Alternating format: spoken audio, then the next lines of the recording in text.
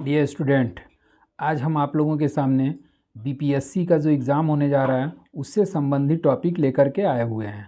और ये आपका एक तरीके से बीपीएससी का जो बिहार टीचर का एग्ज़ाम है और इधर बीच आपका बिहार एसआई का भी एग्ज़ाम होने जा रहा है। उसके साथ साथ बिहार पुलिस, ये तीन तीन परीक्षाओं के लिए ये जो सेट है ये आपके लिए काफ़ी ज़्यादा कारगर सिद्ध होगा। तो प्लीज़ इस वीडियो को आप लोग अच्छे से देखें ताकि तीनों परीक्षाएं, कुछ लोग ऐसे भी होंगे जो बिहार टीचर डाले होंगे, कुछ ऐसे भी स्टूडेंट्स होंगे जो बिहार सिपाही और बिहार एसआई डाले होंगे, तो उन तीनों परीक्षाओं के लिए ये बिहार स्पेशल का टॉपिक आप लोगों के लिए काफ़ी ज़्यादा इम्पॉर्टेंट हो जाता है। तो अब इसमें शुरू करते हैं कि बिहार, नाम बिहार कब पड़ा। तो बिहार का नाम जो है आपका मुस्लिम काल में पड़ा था, तो इसका आंसर क्या हो जाएगा, मुस्लिम काल। अब इसी का व्याख्या थोड़ा बहुत हम करते चलेंगे ताकि आपको चीज़ें रिफ्रेश रहें।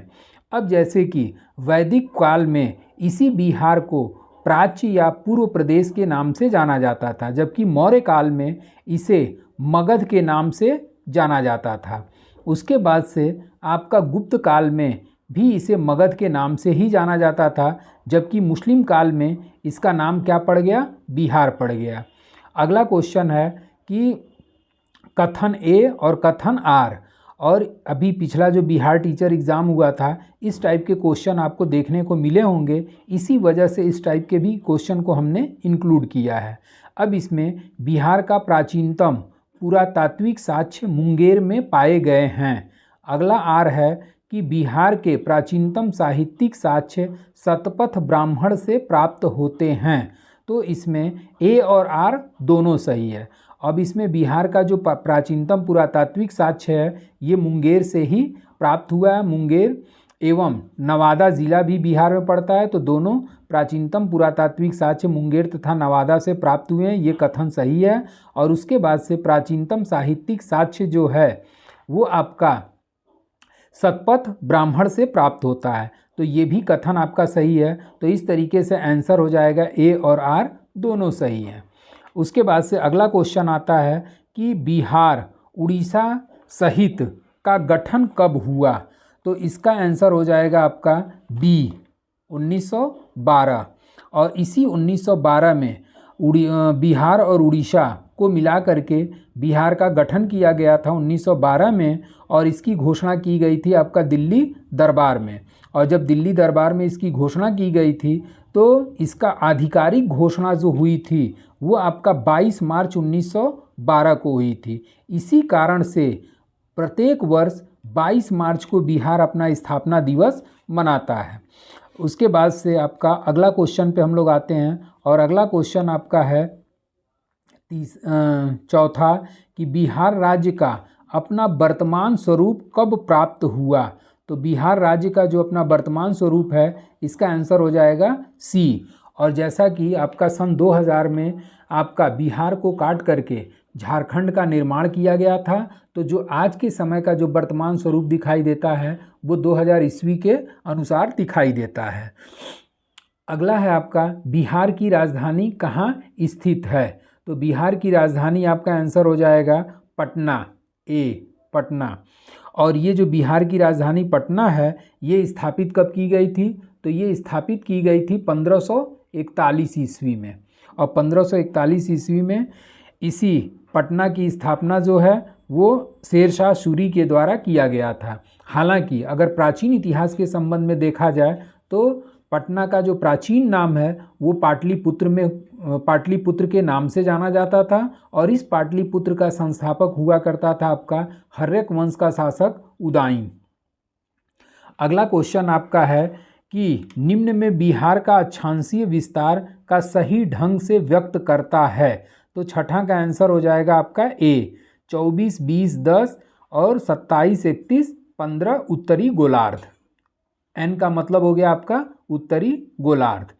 उसके बाद अगले क्वेश्चन पे हम लोग आते हैं, और अगला क्वेश्चन है कि बिहार में कौन देशांतरीय विस्तार का सही ढंग से व्यक्त करता है। तो इसका आंसर हो जाएगा आपका बी, 83, 19, 50 से लेकर के 88, 17, 40 ईस्ट। ईस्ट का मतलब हो गया आपका पूर्वी गोलार्ध में स्थित है।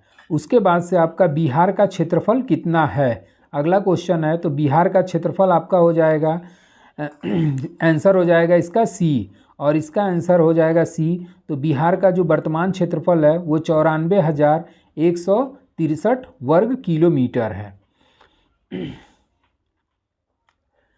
अब अगले क्वेश्चन पे आते हैं कि क्षेत्रफल की दृष्टि से बिहार का भारत में कौन सा स्थान है। तो क्षेत्रफल की दृष्टि से बिहार का जो स्थान है वो आपका 12वां स्थान है। उसके बाद से आपका 10वां क्वेश्चन कि कौन सा कथन सही है। तो बिहार में नगरों की कुल संख्या 130 है। बिहार उत्तर दक्षिण लंबाई पूर्व पश्चिम चौड़ाई से अधिक है। बिहार राज्य अपने उत्तरी सीमा पर नेपाल के साथ साझी अंतर्राष्ट्रीय सीमा बनाता है। तो इसका आंसर हो जाएगा आपका 1, 2, 3। बिहार में नगरों की कुल संख्या 130 है।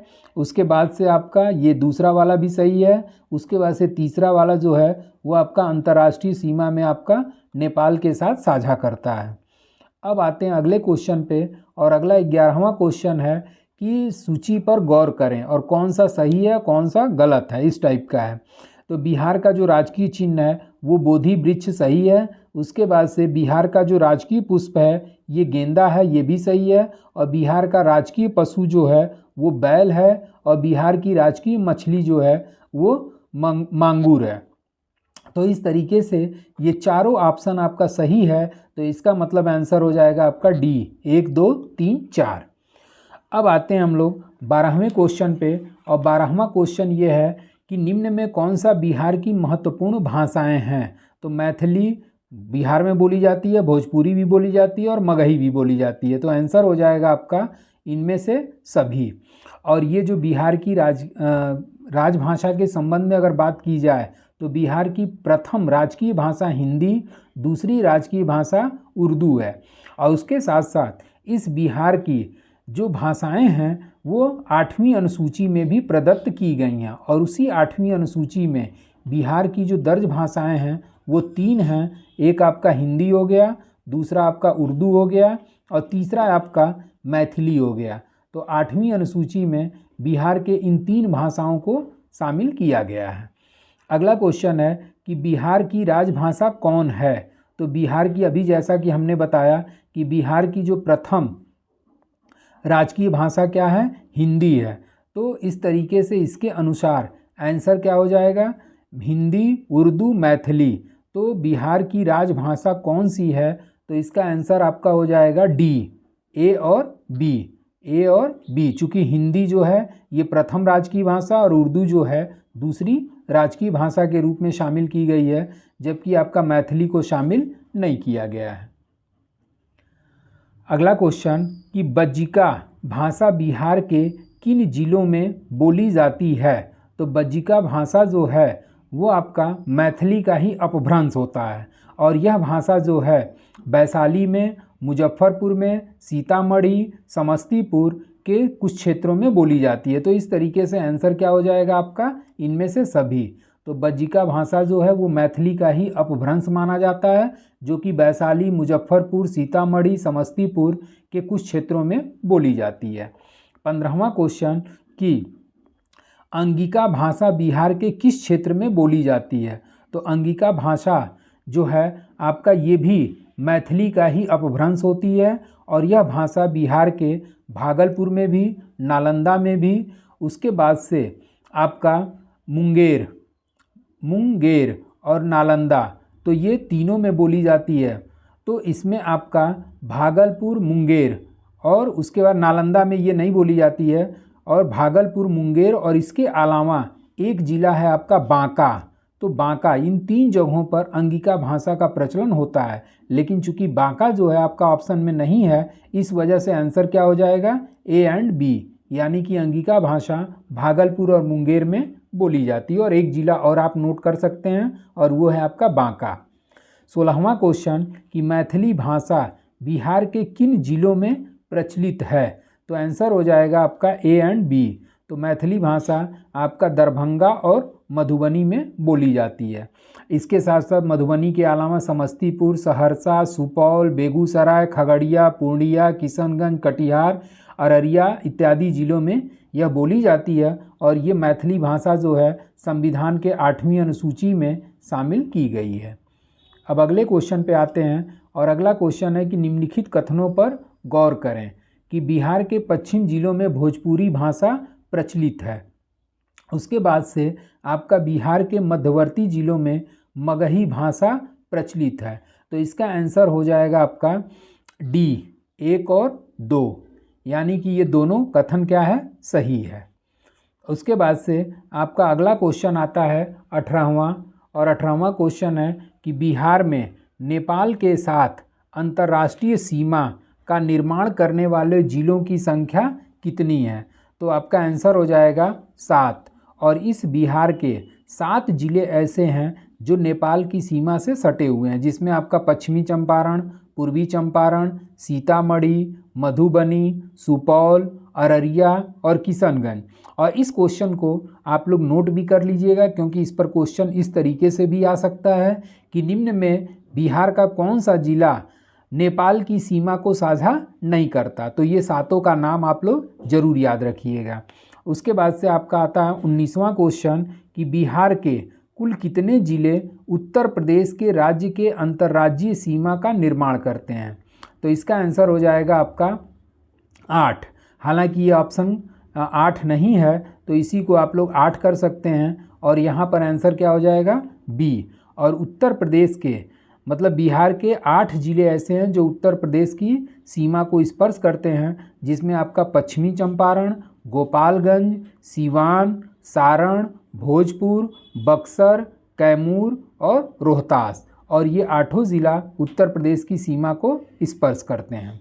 20वां क्वेश्चन कि आपका बिहार राज्य के कितने जिले झारखंड राज्य के अंतर्राज्यीय सीमा का निर्माण करते हैं। तो इसका भी आंसर आपका हो जाएगा 8। इसका आंसर हो जाएगा 8।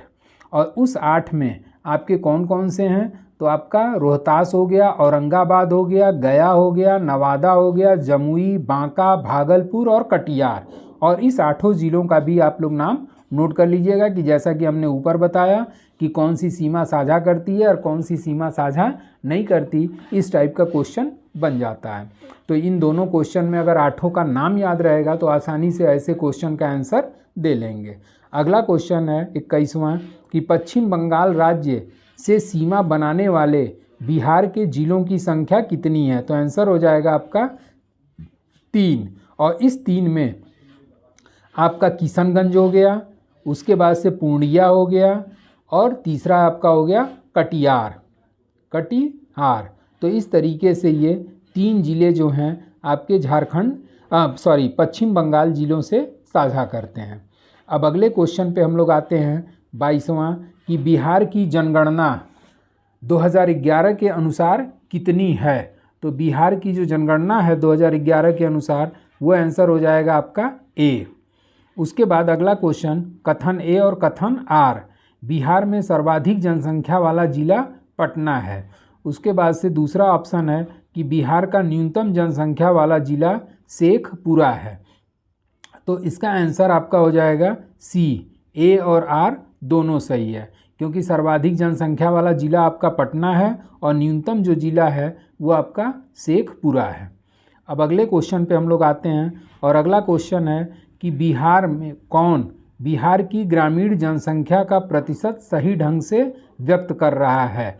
तो आंसर हो जाएगा आपका ए 88.7%। मतलब बिहार में सर्वाधिक 88.7% जनसंख्या जो है वो ग्रामीण जनसंख्या के ऊपर डिपेंड करती है। अब हम लोग अगले क्वेश्चन पे आते हैं, और अगला क्वेश्चन आपका है कि निम्न में कौन सा कथन सही है। तो बिहार में वर्ष 2001 से 11 की अवधि में 25.4 की दशकीय वृद्धि दर्ज की गई। बिहार में सर्वाधिक दशकीय वृद्धि वाला जिला मधेपुर है। अब इसमें कौन सा कथन सही है या कौन सा कथन गलत है। ए और आर के रूप में दिया हुआ है, और न्यूनतम दशकीय वृद्धि वाला जिला गोपालगंज है। तो इस तरीके से इसका आंसर हो जाएगा आपका डी, और डी में आपका हो जाएगा 1 और 2 और 3, ये तीनों सही है। अगला क्वेश्चन आता है कि बिहार में लिंगानुपात का सही ढंग से व्यक्त करता है। मतलब बिहार का लिंगानुपात 2011 जनगणना के अनुसार कितनी है? तो बिहार का जो लिंगानुपात है वो आपका 918, मतलब कि प्रति 1000 पुरुषों पर महिलाओं की संख्या कितनी है? तो वो आपका 918 है। अगला क्वेश्चन कि देश का सर्वाधिक जनघनत्व वाला राज्य कौन सा है? तो देश का सर्वाधिक जनघनत्व वाला राज्य आपका आंसर हो जाएगा बिहार। और इस बिहार में सर्वाधिक जनघनत्व वाला 2011 जनगणना के अनुसार है, जहां पर प्रति 1 वर्ग किलोमीटर की एरिया में 1106 व्यक्ति निवास करते हैं, जो कि सर्वाधिक जनघनत्व वाला जिला है। अगला क्वेश्चन कि बिहार का ग्रामीण क्षेत्रफल का कुल क्षेत्रफल का 97.53% है। आर बिहार का नगरीय क्षेत्रफल राज्य के क्षेत्रफल का मात्र 2.47% है। कथन ए सही है, कथन आर सही है, इस टाइप का क्वेश्चन है और इसका आंसर हो जाएगा आपका सी, ए और आर दोनों सही हैं। तो इस तरीके से आपका ये लगभग बिहार का जो भी क्षेत्रफल है, बिहार का आपका प्राचीन इतिहास है और बाकी जितने जनसंख्या वगैरह से रिलेटेड जो भी क्वेश्चन थे ये सभी पुटअप हुए। और इसी तरीके का मैं 20-20, 25-25, 50-50 क्वेश्चन का प्रैक्टिस सेट लेकर के आऊँगा और उस पर पूरा व्याख्या आपको रहेगी ताकि आपका कंसेप्ट क्लियर हो सके। जो कि आपका बिहार पुलिस हो गया, बिहार एसआई हो गया और ये जो बिहार टीचर की वैकेंसी निकली है, इसके लिए यह काफ़ी फ़ायदेमंद सिद्ध होगा। तो आज के लिए बस इतना ही। Thank you so much.